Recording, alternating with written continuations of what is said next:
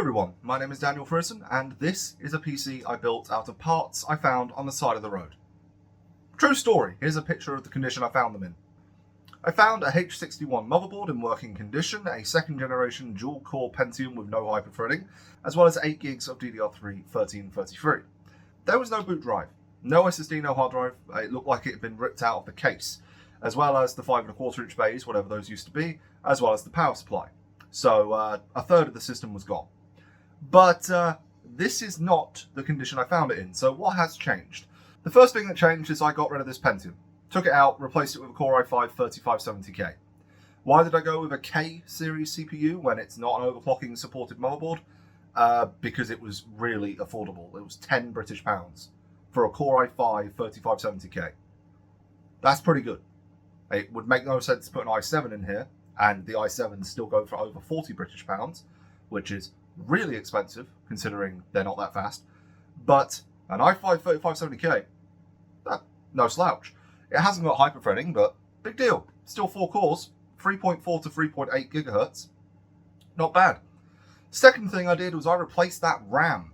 That 8 gigs of DDR3 1333, bit slow and not quite the capacity I would want in a system like this. So I ripped them out and I replaced them with 16 gigabytes of DDR3 2133. Now, despite it being a 2133 MHz kit, the motherboard refuses to boot with it set to 2133 MHz. I believe that actually might be a limitation of the memory controller on this CPU. Maybe it's a bit flaky, but it only allows me to boot at 1600. There is an alternative here. The motherboard's manual states that it can't actually boot above 1600 MHz without supported CPUs. Now, it's possible that for whatever reason, it's not enabling that support somewhere in its BIOS. I don't know.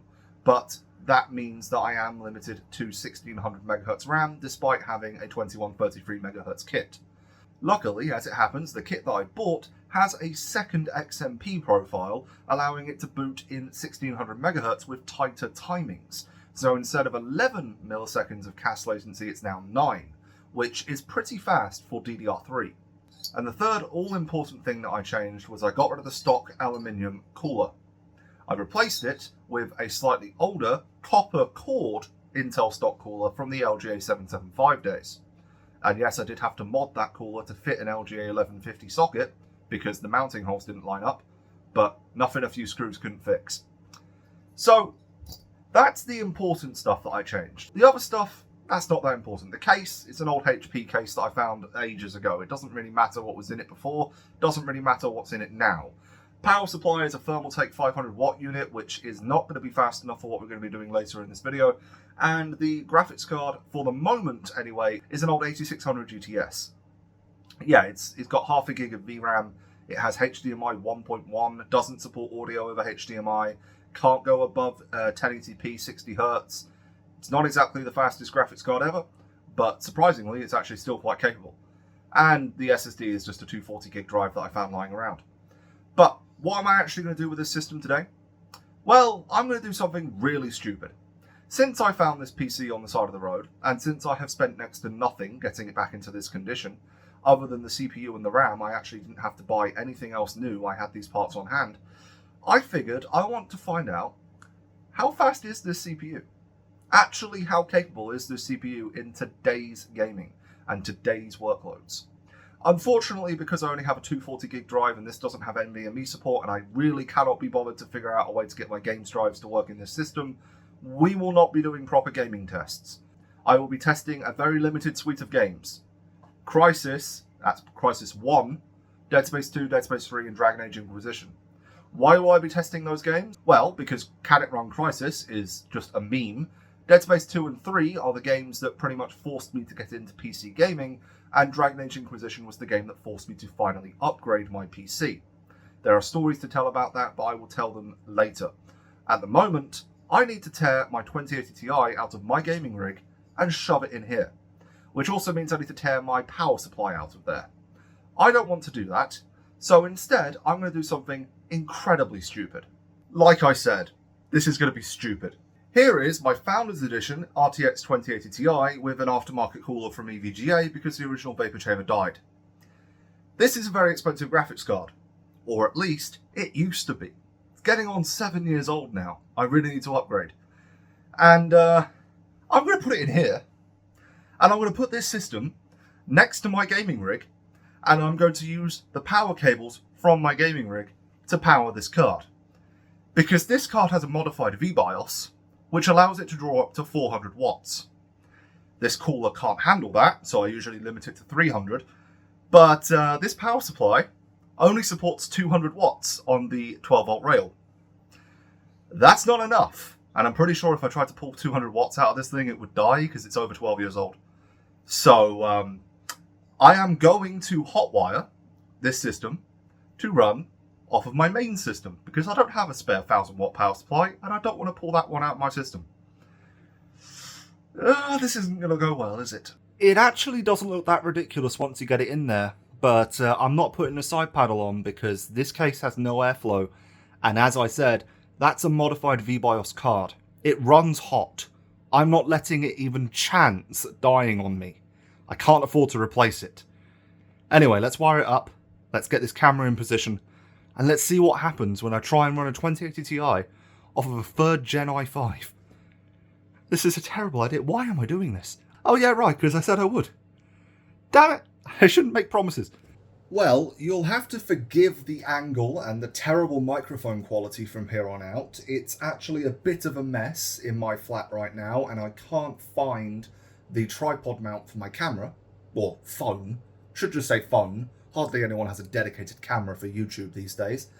But while we wait for the 800 megabyte file to download, and yes, it's only downloading at 2.5 megabytes per second because the Wi-Fi chip that I put in this PC sucks. While we're waiting for that to happen, let me just explain. We are connected to my gaming monitor, which is a 3440 by 1440p 100Hz Acer Predator X34. Not the X34P, which is the slightly nicer one. This is the original X34. It's not the X35, it's not the X38, it's the X34. And we are connected to it. Now, I have the 2080 Ti obviously running because I wouldn't be connected to this monitor at this resolution if it wasn't. And so far we have a Windows Basic Display Adapter installed because I am waiting for Edge to download this driver. I'm aware that this driver is broken on 30 series, 40 series and 50 series GPUs at the moment. I am not running a 30 series, 40 series or 50 series GPU, and this driver is working fine for me. I know, I'm being a bit elitist here, but I have no issues with this driver, and it's the latest driver, so I don't really care about anything beside that. But if we go into the system properties here, the task manager, we can see we do have our 3570K running at anywhere from 3.4 to 3.8 gigahertz, depending on the load. We have our 16 gigs of DDR3 at 1600 megahertz, and we have no GPU listed because we need to wait for it to appear. Just thought I'd quickly put on display here. Oh, Windows is installing a driver. Windows has managed to install a driver. That's why my download was going slow. Oh, Windows. Oh, Windows, you piece of crap. What have you done? You've installed a driver that actually lets me go to the full resolution. Well, that's lovely. Now you can't see anything. Oh. Magnifier, please. Yeah, right, down here. So I ran Cinebench on this earlier, and 492 points. That's the i5 3570K. That isn't a terrible score for a quad-core CPU. Now, I don't have any newer results to show you to compare to, so this is just it being compared to the results that come baked into the software. But I'm sure you can go on Maxon's website and check against other Cinebench R15 runs. 492 points on a quad-core system isn't bad when you consider that it doesn't have hyperthreading. 492 points, that's almost within margin of error as one of the highest clocked mobile i7s of the same generation. Now, obviously, 492 doesn't exactly compare to 662, which is basically this same chip, but with hyperthreading. So we are missing out on quite a bit of theoretical performance there, but I don't know. Like, how much is this system really being held back? In theory, quite a lot, but in practice, I don't know. Gaming workloads are not the same as synthetic benchmarks. So it's entirely possible that this thing can run surprisingly well. Obviously, if I was ever to actually build a gaming rig out of this system as it is now, I wouldn't be putting my 2080 Ti in here. Absolutely not. A 2080 Ti in this system makes no sense. A 1660 or a 1070 or an RX 580, those are more along the lines of the GPUs that I would put in this system. At a stretch, I would say go for a 1080 Ti or a 2070 just to give you a bit of higher resolution gaming performance, but you're not going to get any extra frame rates by running those graphics cards. It will purely be horsepower for higher resolutions. I'm going to do the synthetic benchmarks first because I can compare those to previous scores that I've had before. But before we do anything, I want to make sure that we are running at 100 Hertz. Thank you. Okay, so the system is in fact running at 100 Hertz, and I can already feel that that is nice and snappy. This is why I have this monitor, even though it has 5 dead pixels and a scratch. Yes, it has 5 dead pixels and a scratch. As well as the underglow LEDs are dead, the built-in speakers are dead, and the VESA mount is questionable. I've had this monitor since 2015. I really need to replace it, as well as my graphics card. The problem is, the monitor and the graphics card that I want to upgrade to both cost £1,200, and I can barely afford one of those this year. Okay, so I'm going to leave I'm not going to bother with an overclock, because I don't think that this CPU is powerful enough for that to matter. I'm also not going to increase the power limit because I don't think that this power supply situation is exactly the best use case to do that in. As I said earlier, this is a modified VBIOS. It will happily go up to 400 watts, and I am going to leave it at about 325, I think is 100%. So we're just going to leave that be. I should have River Tuner up. I'm just going to put that on the top left and increase the size of it quite a bit so you can see it on camera. And let's go to 3D Mark. Because 3D Mark I have run on basically every computer I've ever bought or built, so I can compare it to past results. Specifically, I can compare it to the last result I got from my main gaming rig. USB device not recognized. That's going to be the mouse. This is an old Advent mouse. The right click barely works and its tracking is very questionable. Why am I using this instead of my MX Master? Because I don't want to plug anything I actually value into this system. And yes, I have just plugged my only working gaming graphics card into this system, but that's the only thing I'm willing to risk here. Graphics cards are surprisingly difficult to kill. I've killed more RAM and CPUs than I've killed motherboards in my... I've killed more RAM, motherboards, and CPUs than I have killed graphics cards. Individually. If I were to put those numbers together, that would be really unfair. Now, for comparison's sake, I'm going to run regular TimeSpy, because that's a result I know I can compare against.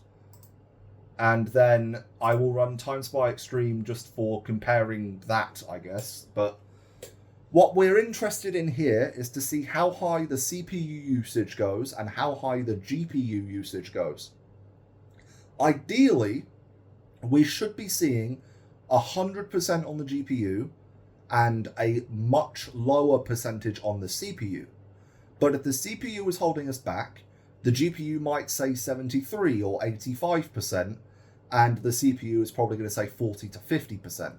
The reason the CPU isn't going to say 100%, even though it's holding us back, is because most of the times when a CPU is holding you back, it's only one core that's holding you back, not the whole CPU. But you should be able to see on the top right there our little HUD with our numbers. And let's see what we get, if this will even be able to run. So, at least in a synthetic test, we're not being held back. Yeah, the CPU's at 71%, but our GPU is at 100%.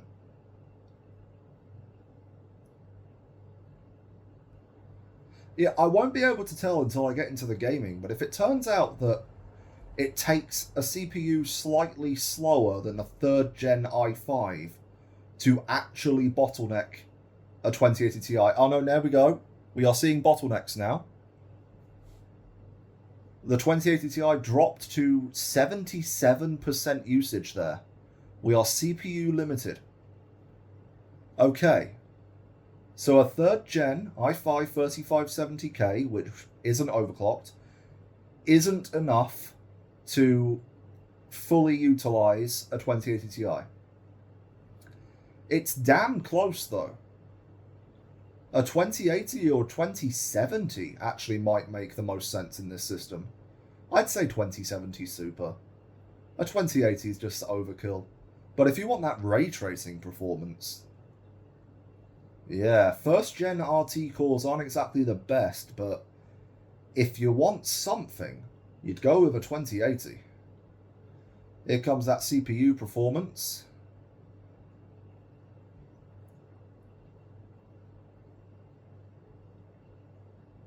I find it hilarious that unless you overclock this chip, it doesn't use more than 40 watts under full load. An unlocked Core i5. Like, you think about unlocked Core i5s now on the Intel 14th gen. They will be pulling 150 to 200 watts in their burst turbo settings, or whatever Intel calls them now. This thing's pulling 40. 40 watts. I'm genuinely shocked that didn't crash. Okay. The results are in. We got a total score of 8,674. And there are people who are running this setup, or were running this setup. We're just below the average score for a CPU and GPU like this. And that's going to be because this CPU isn't overclocked. I am surprised. 8,674. Okay. Let's compare that online. And I should be able to compare to my own results. Comparing it to my actual gaming rig, we are 82.8% faster in overall. But we don't care about overall because the CPUs aren't even comparable. 18.3% is the difference in the graphics score. 18.3%. That is how much more there is to gain by getting a faster CPU. But conversely, we are only holding this CPU back. We are only holding this system back by 16%. There is only a 16% performance loss in synthetic benchmarks for this particular setup and configuration. That is ridiculous. And we can confirm that, yeah, I had an overclock enabled here, so it's not completely comparable. But wow. Just wow. And the average temperatures are almost the same. Wow, okay. I am quite surprised. That is a lot closer than I thought it was going to be. That is a lot closer than I thought it was going to be. I'm not going to bother with any more benchmarks, because that's all I really needed to see. And this thing is recommending Battlefield 5 at 1440p ultra settings, guaranteeing 130 FPS minimum. How about Fortnite? Everyone cares about Fortnite these days. 70 FPS minimums at 1440p ultra. Those aren't even competitive settings. What about 1080p? 290. I don't think this CPU would handle 290, but it thinks it will. Now, let's try Dragon Age Inquisition. Let's try an actual game which, on the higher details, will actually stress this system.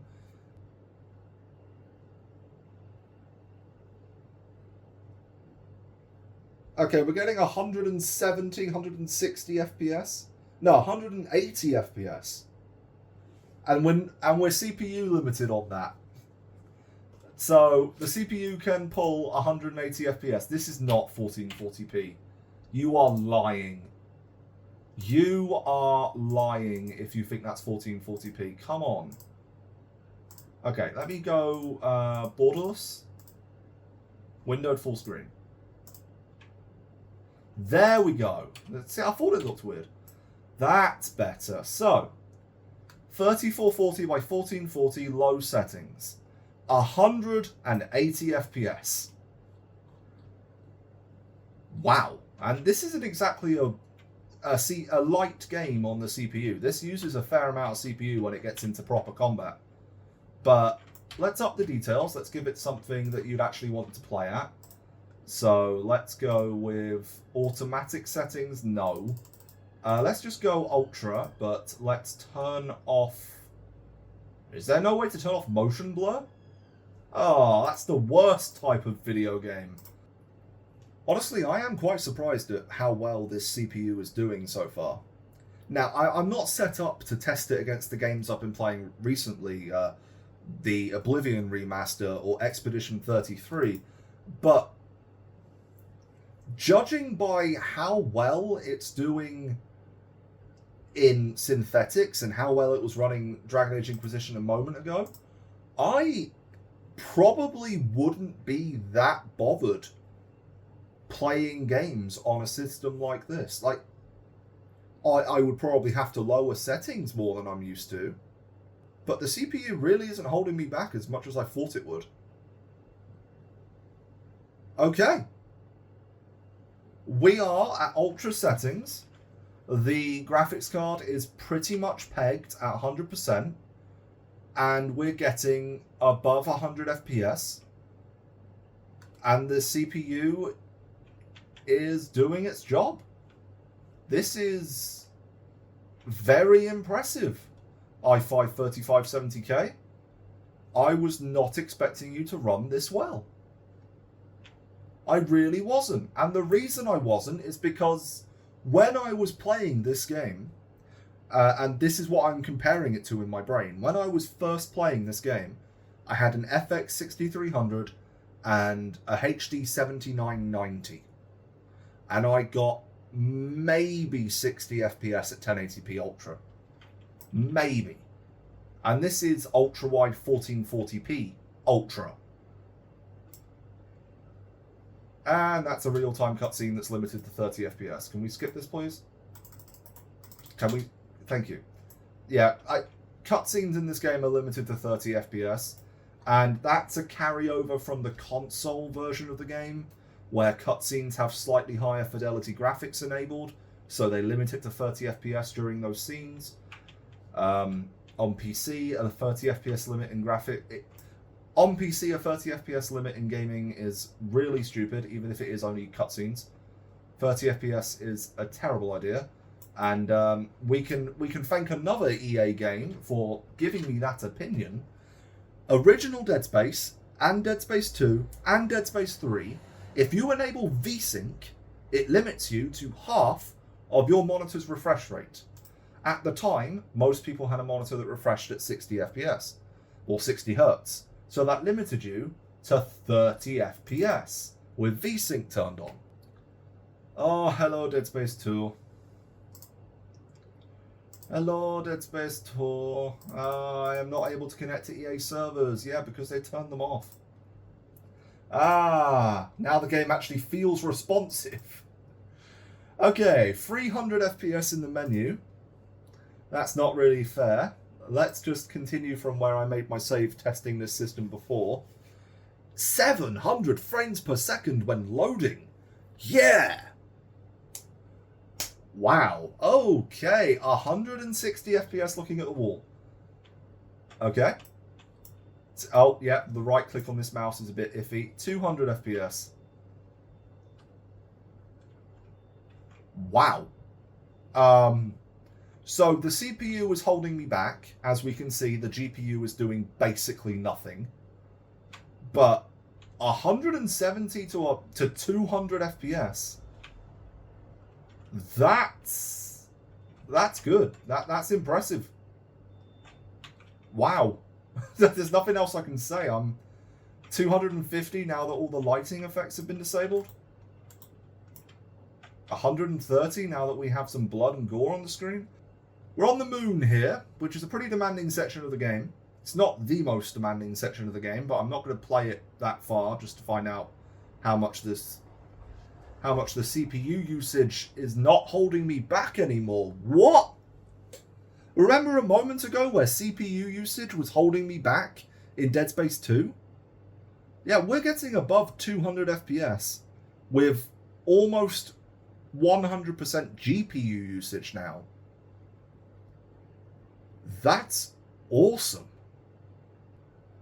I'm going to have to take back all of my assumptions here. The i5 3570K is no slouch. This is... wow. Now, I know this is just a cutscene, but it's pretty indicative of the performance that you're going to get for the rest of the game. And 100 plus FPS on a 12-year-old i5? Jesus. Modern games have become so CPU demanding. And yeah, we're getting above 200 FPS. And the GPU is being held back slightly. Slightly. 180 FPS, 200 FPS. The GPU wants to do more, but the CPU is holding it back. But like, wow.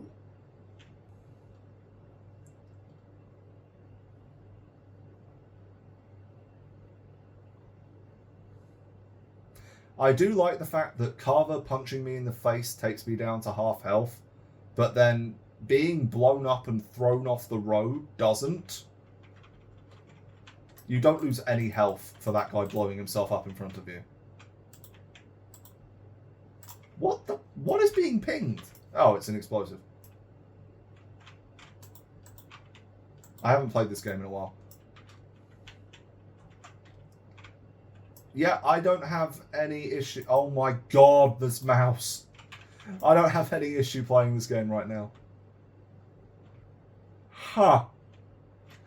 I really wasn't expecting the i5 to do this well. Okay, now we're being held back quite considerably. We're at 50% usage and 50% usage. So this is probably a game engine limitation right now. The GPU wants to do more, the CPU wants to do more, but the game engine isn't throwing it enough information. That's all I needed to see. Now, Crisis. The last, final, important test of any... Oh my god! EA! Why? Okay, we're not running Crisis. Why? Because the computer that I have that information saved on currently doesn't have a graphics card in it. Oh. So to round it all off, I am very surprised at what an i5 3570K can do if you pair it with a 2080 Ti. I'm very surprised at what a 2080 Ti can still do when paired with an i5 3570K. This thing came out in 2012 or 2013, one of the two. It's old and it runs fine. What's my maximum CPU, my maximum temperatures here? Right, max temperature on the GPU went to 85, max temperature on the CPU. Max temperature on the CPU went to 68. The maximum CPU temperature was 68. Well done, side of the road PC. For a PC that has been put together with parts that I either found for free or already had on hand, that's pretty impressive. And that's the end of this video. I just wanted to document this terrible, terrible idea. Now I need to put my GPU back in my system, hope my system is still happy with me, and get back to playing modern games. Yeah, no offense to Dragon Age, Crisis, or Dead Space. I am busy playing games that came out this year. I'm busy playing games that came out this week, in fact. It hasn't even been 4 days since The Elder Scrolls 4 Remastered came out. And it's been 2 days since Expedition 33 came out. I am busy playing the both of them. And there are more games coming out next month. When the hell am I ever going to find the time to finish them?